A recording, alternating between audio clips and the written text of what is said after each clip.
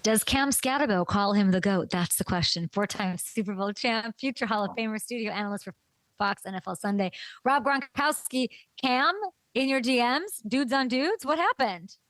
Yes, he was. But I can tell you this, he's calling my school the greatest school of all time, the University of Arizona. He went to Arizona State, Kay. He would never say that, but I'm going to say that for him. But Cam's DMing us, talking garbage. I'm a big fan of his. I love the way that he plays the game of football. He just plays, how it should be played, and that's why everyone's loving him, and that's why he's getting all this attention that he deserves, and he's also balling out there on the field. Who do you want to see slide into Dude on Dude's DMs this week? All right. As a, Dudes on Dudes podcaster, co-host, are we talking NFL player here? Or anybody? Could it be anyone? Who'd you? I mean, clearly your DMs are ripe for the picking. Who's sliding in your DMs?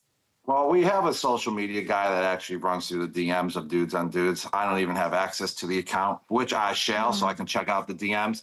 But I would say, Jameis Winston would be pretty cool. He interviewed me last year at the Super Bowl, and it was such a great interview. So to have Jameis Winston DM us and give us a tidbit of something or a nugget and just talk a little garbage to us would be, pretty cool.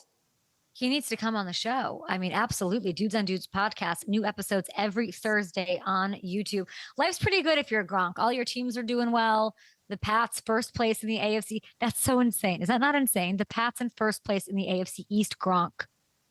It's really insane. I mean, the Buffalo Bills, they fell off the last 2 weeks and now puts the Patriots in first place, especially after beating them on Sunday Night Football. So they got that advantage with the heads-up game that they played versus them and taking them down. But I called it at the beginning of the year that the Patriots were going to be a playoff team this year. And then they kind of frustrated me a little bit with that week 1 loss versus the Las Vegas Raiders, and they bounced back tremendously from that. That's why you just can't judge these NFL teams within the first weeks because they're just trying to find their identity. They're figuring out who they are. They got to mesh together. But the way the Patriots are playing now, it is fabulous. I mean, Patriot fans are through the roof right now on social media. They're loving what they're bringing to the table. Everyone's loving Drake May. There's no doubt the Patriots got their QB of the future as well, which is huge.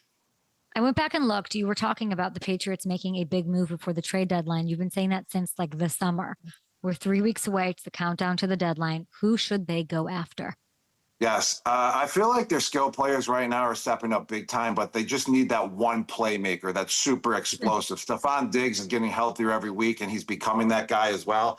There was some BS, pass interference calls on him last week where there was some explosive downfield plays where he caught it, but it got called back. And that's what we're going to need to see more out of him if the Patriots really want to take it to the next step. But if they make a trade for a wide receiver out there, maybe a running back, a dark horse would be Breece Hall from the New York Jets. I'm just throwing names out there. Maybe a wide receiver like Chris Olave from New Orleans. I see that. I hear that. Yes. I keep hearing that, Chris Olave.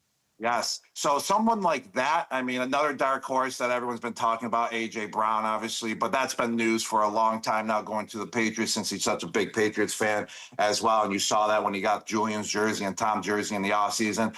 So a wide receiver, big-time player. I'm not talking just trade for, a slightly average guy. They got to make a splash if they do make the trade, and they can't overpay either. It just has to be fair. I think my favorite there would be A.J. Brown. I think A.J. Brown and Braves reuniting. There's a lot of love there. That would be my pick. You gave me 12 names. Who's the one that you think they should add? Because they're in charge of the division. They could make some noise here. Yes, and I'm pretty sure the Patriots still have a lot of room in the salary cap this year, correct? I think they're the number 1 team with like $60 million. Harrison, is it Hamilton or Harrison? I know Mayo didn't spend that money, but what's going on? What's their money situation? I knew it was Hamilton. Harrison. Hey, Patriots number 1 in the salary cap right now still? Salarycap.com. Yup, they have the most space, $54.6 million. The Cowboys are second with $31 million right now. Wow. So there's a lot of room right there that they can play with. So they can make a trade for a wide receiver that's a veteran already, that's on a big time contract as well. Or they can make a trade for, the guy from maybe possibly Garrett Wilson as well from the Jets. I mean, he's on a rookie deal, and then you can give him a big deal. They got a lot of room, possibly. I'm just throwing names out there, Kay.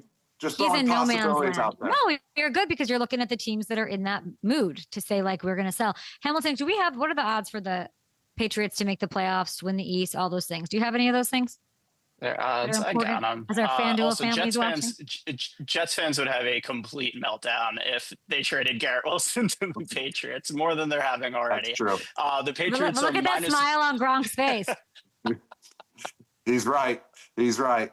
The Patriots just need more depth. And if they can get that, then they'll be a very long haul standing team, down in the future. If a couple guys get hurt, especially on the defense side of the ball, it takes a big, hole, in what they're trying to do. So they got to get some guys where some guys do go down, someone can step up and just fill in the hole. Yeah. So Patriots are minus 165 to make the playoffs right now, plus 185 to win the division, which got a little shorter this morning. They're closing in day by day on the Bills. Well, winds of change there, a little breeze of change on the FanDuel Sportsbook. Thanks, Hamilton Harrison. I will get back to you with Prop Shot, or just stick around because you might have to pop on here again. I mean, we're saying all of this, go trade. It's like, why would they do that? It's because we don't believe in the Bills. We think what is going on with the Bills? You love them. You love this quarterback. You love this coach. What needs to happen here? Yeah, the Buffalo Bills are in a little slump right now. And they're kind of like in the trade market, very similar to, the New England Patriots as well. They got to go out there and they got to make a play, before the trade line, at the wide receiver position. They need someone that's explosive, that can go downfield and help out Josh Allen. I mean, when they become one-dimensional and they can't run the ball, it puts a lot of pressure on Josh Allen, and he just doesn't have the weapons to throw it, on every single down. If they go and get some weapons and they go get a true number one out there, I mean, that will boost them tremendously. But right now, they're just a little stale. But the Buffalo Bills, they always find their way out of this. They sometimes lose one or two in a row, and then they always bounce back. And they're going to bounce back as well. I mean, it's Josh Allen. He does always have a couple bad games every single year, but you never see him stay down in that slump. He always comes out of it. Who are you more worried about, the Bills or the Eagles? Both coming off loss, both top contenders. Who are you more concerned with? Yeah, that's a tough question right there, because they both collapsed tremendously in the last 2 weeks. I would say I'm more concerned, though, with the Philadelphia Eagles, though, just because their offense just looks so stale. With the Buffalo Bills, we've seen that offense boom the first couple of weeks. They put up 40-plus points week one versus the Baltimore Ravens, when the Baltimore Ravens were gelling together and they had a solid team at the moment with no one hurt. But the Philadelphia Eagles, I mean, they haven't put up points all year long. They haven't shown that their offense is terrific one single bit. There's very minimal explosive plays. They're not running the ball at all. So I would say the Philadelphia Eagles put more concern on my plate than the Buffalo Bills. Eagles 2.5-point faves over the Vikings on Sunday. Who wins that one? Oh, I just can't see the Eagles losing 3 games in a row. I mean, it's going to be a close game, but the Eagles are going to win kind of how they've been winning, their previous games this year, earlier in the year, in the first 4 weeks. It's not going to be, that explosive type of play still. There's going to be a close game, and they're going to hold the Minnesota Vikings, to minimal points, and they'll squeak out another win like they have been besides the last 2 weeks. What if it's Carson Wentz against the Eagles? I really do like what Carson Wentz is doing. Is he going to be starting this game coming up? We don't know Carson yet, Wentz? but why is it? I mean, what do you mean you like what he's doing? What is working? What is going on? Because I haven't actually seen the Minnesota Vikings play much this year, but why I like Carson Wentz is because he's kind of fallen into the trend of all these other quarterbacks like Baker Mayfield, Sam Darnold, Daniel Jones. These guys are all first-round picks. They get booted from their team. They bounce around a little bit, and then they find a place that's their home, and they're thriving. And Carson Wentz is kind of in that similar position right now. He hasn't fully taken true advantage of it yet. Haven't really seen many games as well to really grade him how I would want to grade him. So it's not fair for me to say how he's doing, but I just like the trend of these quarterbacks getting second chances and taking advantage of it. And it makes the NFL, that much more interesting as a fan. If Carson Wentz starts and hands Philly their 3rd straight loss, those fans are going to lose. Those fans are going to lose it. Absolutely lose it. Can you imagine? Yeah.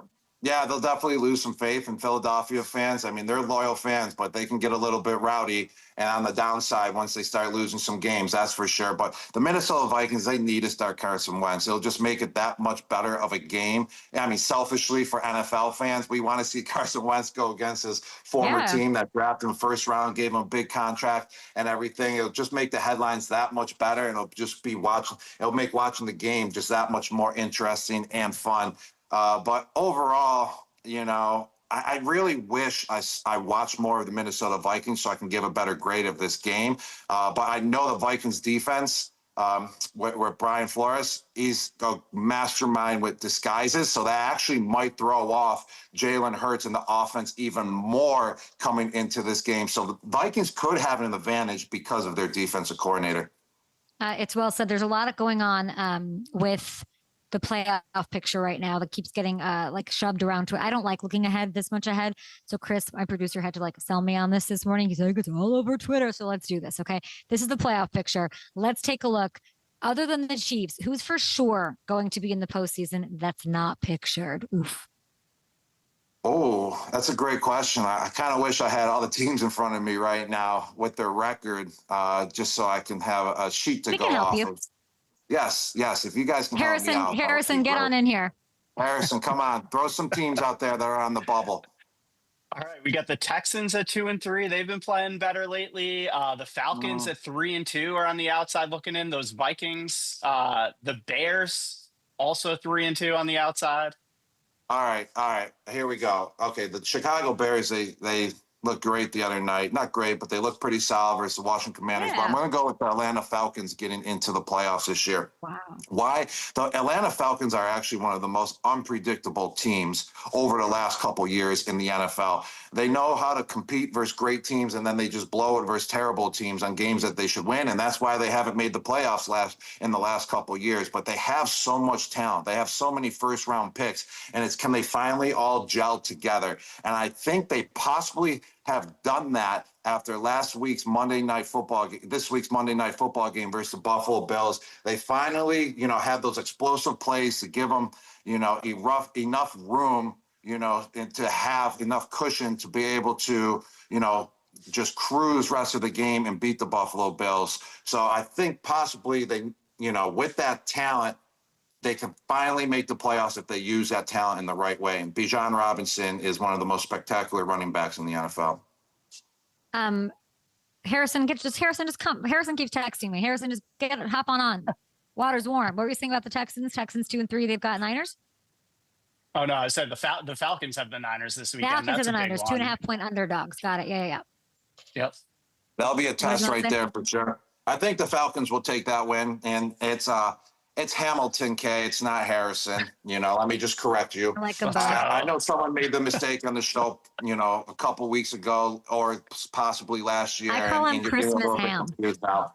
But, I think the Falcons will take down the 49ers this week coming up because the 49ers are banged up and the Falcons are hot, especially coming off that win versus the Buffalo Bills. There's a video that went viral this week I want to show you. Somebody brought their robot. I don't want to live in these times. Somebody brought a robot to watch Lions Chiefs, and it broke the TV. What are your thoughts on this? This is not okay. No, that's the problem with all these robotic machines that are starting to come around is that how do you control the robot? You possibly have no idea what's going to happen with the robot. They're fairly new. This is actually the first time I've seen a robot, in someone's living room. But that's what's going to happen. It's going to malfunction, and it's just going to go bizarre, and you don't know what's going to happen. And that's actually what could, make it, interesting. And the fun part about it is you don't know when the robot's going to malfunction or run out of battery. What's less predictable? One of these robots or like 2012 Rob Gronkowski? You know what I'm saying? Like you could have run into that TV back then. So maybe I'm being too rough on the machinery because like you, Julian, Danny, 2014, probably bigger liability to bring and watch a game than that robot. Well, put it this way, Kay, is that it was guaranteed that I was going to be smashing and running into things in 2012. especially with Dola and Julian, as well as the sidekicks and egging me on, and plenty of our other friends there as well, just to give us a little boost of energy and just ridiculousness of what we were doing. So in 2012, it was consistent and it was well known I was going to be breaking things. What is the lesson you're mentioning these Bears, right? And like, I think they're going to win the next 4. I do. I think they've got, even though Lamar's coming back, they've got the Ravens. That might be tough, but they're winning close games. They're all-time confident. Jake Moody, who like was a question for me, he crushed it. What's kind of like the lesson to you when you're watching this culture shift happen? Because you're looking at other teams that they're off. Is it just bring in the bell of the ball coach? Is it just that? Because he could not have been a good coach. He could have just been a good coordinator. I mean, there's this like Josh McDaniels-y thing here too, like Joe Brady. Do these teams like that need a coach go grab the hotshot offensive coordinator? Like, what is the lesson and what we're seeing kind of like brick by brick, slow paced evolve with the Bears team? Yeah, I would say the energy in the building, the atmosphere of walking into work. I mean, you can have the best team in the league, but if the atmosphere isn't there, no one's gelling together, no one wants to be there, then that talent will never, hit its potential. And I see in Chicago right now, I see that atmosphere, booming. I see that energy thriving right now with Ben Johnson taking over. And the head coach sets that standard of how it's going to be on a daily basis, how it's going to be on game day, how it's going to be in practice on a weekly basis. And when you got someone that can set that standard, and you got guys that can respect it, and then you're gonna have a good football team. You're gonna put a good product out on the field. And even though it was a learning lesson at the beginning of the year with head coach Ben Johnson, he's bouncing back. And that's what it's all about, is that you can show improvement on a weekly basis. And that's what keeps the guys believing, is when you get better, even after tanking a little bit at the beginning of the year. We're going to take a break here, Gronk. Drink some water. Have a good time. We're going to come back with Prop Push Shot. Of course, maybe we'll hit some other topics, try to swing for the fences, make some news with you on a Wednesday. Appreciate you, Gronk. We'll be right back. Let's do it back on Up and Adams with Rob Gronkowski. We do it each and every week, all season long. Gronk versus K, Steelers, Bengals. With a little help from FanDuel Sportsbook. Time for some Prop Shot. Hamilton, I can't believe we are 6 weeks in. Where does the score leave us? I mean, after all of that complaining last week, Kay, about what your props were, what Gronk's props were, you went 3 for 3. Gronk went 2 for 3, so you are in the lead 11-10. Nope. What would you like to say about that? I think it's too close for comfort. I thought I'd be back to, you can never count out Gronk. Gronk said the Falcons, the most unpredictable team. Right away thought 28-3. I just right away, Gronk talking about the Falcons, like never. That's Gronk. Gronk never. You never know what's going to happen. He's going to mount a comeback. Too close for comfort here. So hopefully you did the right thing, Hamilton, 2 weeks in a row, and ask some balanced questions. Okay. Well, we'll see. Let's get into it. So this works. I'll tee you guys each up with 3 props for tomorrow night's game between the Bengals and Steelers. Kay, I'll start with you. The line for Jamar Chase's receiving yards is 71.5. Does he go over or under that? Ladies first, I appreciate that. Oh, Jamar Chase receiving yards 71.5. Oh man, Thursdays are wobbly. These are 2 old men throwing the ball. I'm going to go over.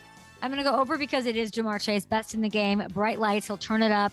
He seems a little feisty right now, which I like. He's averaging over 100 yards per game over the last 2 weeks. He and Flacco, I think, kind of found each other, the vibe over the second half of that Packers game. I think Jamar Chase is a big reason why. Flacco, Old Man River, just throw it to him. Throw Chase his way. All right, Gronk, it's your turn. The line for Aaron Rodgers passing yards is set at 216.5. So what do you think, over or under? Yes, I'm going to go under here. It's going to be, a battle this game. It's going to be a low-scoring outcome. And Aaron Rodgers is going to, come through with some big completions to keep moving the chains. But I think he's going to go under 216.5 yards. It's a good call. All right, Kay, this one kind of goes into play with that one. DK Metcalf's receiving yards are set at 58.5. So does he hit the over on that, or is it low scoring, low offense like Gronk says? I think Gronk's going to be right, and I'm still going to take the over. And I'm only doing that because, what is it, 58.5? This can happen. Yep. This could happen on one play. Do you know what I'm saying? Like, they have this thing I just feel like they've been cooking a little bit. It'll be one throw that does this, but it's still going to be, I think, low scoring. I'm with Gronk on that. So I'm gonna go. I got to make up ground here and zig and zag. I'm gonna go over because it'll be on 1 or 2 plays if this happens. All right, Gronk, back to you on the Bengals side. The T. Higgins line for receiving yards, 45.5. Does he go over or under that? I'm going under. If anyone has a huge game, it's Jamar Chase. He's my favorite wide receiver in the game. I like K's pick with him going over on his yardage. And if someone's going to ball out with Joe Flacco, it's just Jamar Chase. It's just hands down, just unbelievable talent. And the way he can burst and just get open by 5 to 10 yards on deep balls is just ridiculous. All right, okay. One anytime touchdown scorer for the Bengals in this one. I feel like Gronk and I are really like vibing on this one. Like I feel like we're on the same team. We're being very nice to each other with an 11 to 10 overall score. Yeah, I don't like it. So I'm gonna, but I will ride his. Yeah, I know you don't. I will ride Gronk's wave here, and I'm going to say Jamar Chase. I'm going to say Jamar Chase has an anytime touchdown score. Sure, there's quarterback stuff and there's O-line stuff, but it's plus 145.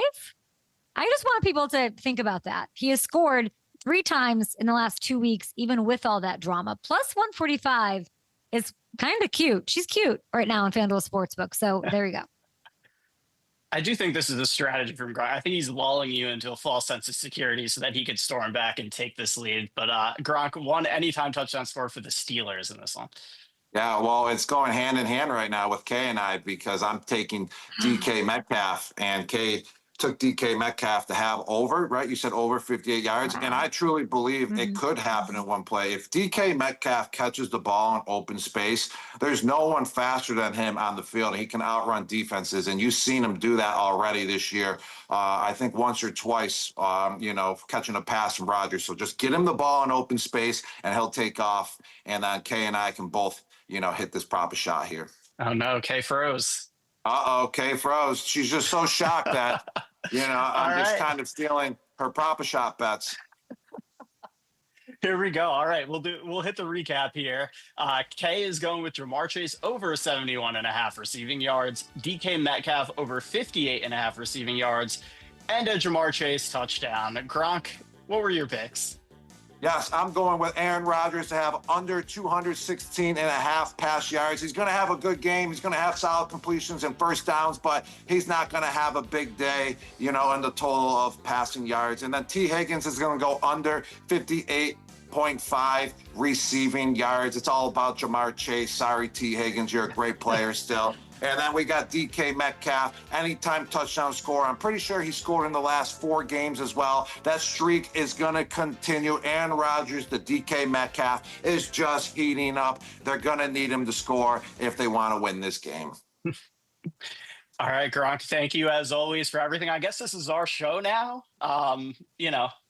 Going forward, Kay froze. She bailed out, so this is our show now. She's freezing just like she's gonna freeze in proper shot this week. She's going down. She's going 0 for 3 somehow. I'm gonna go 3 for 3, even though we kind of have the same picks. But this ain't the Kay show no more. This is the Hamilton and Gronk show. We're taking over. Everybody tune in. Sorry, Kay, you're booted. Woo! Let's go. Thank you, Gronk. We got 20 more minutes. Let's go, Hamilton. What you got for me? Let's do it. All right. This is I great. got something for you.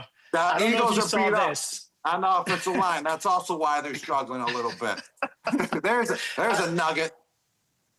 I want to show you this, Gronk. I don't know if you saw this. So Shiloh Sanders, Shador's brother, dressed up as Shador. Oh, I hear Kate's voice. Is she back? Is she back? I heard everything. You don't have a show I heard no everything. That's Hamilton's. I literally sent Hamilton a text like, "You're so natural. Hop on whenever you want." And then look at this. Now he's taking my show. Go ahead. Can you mute yourself? We're trying to talk here. Yeah. 100%. I would be happy to. Go for it, kid. Set it up. All right, Hamilton, ask your question before I take off. Let's go.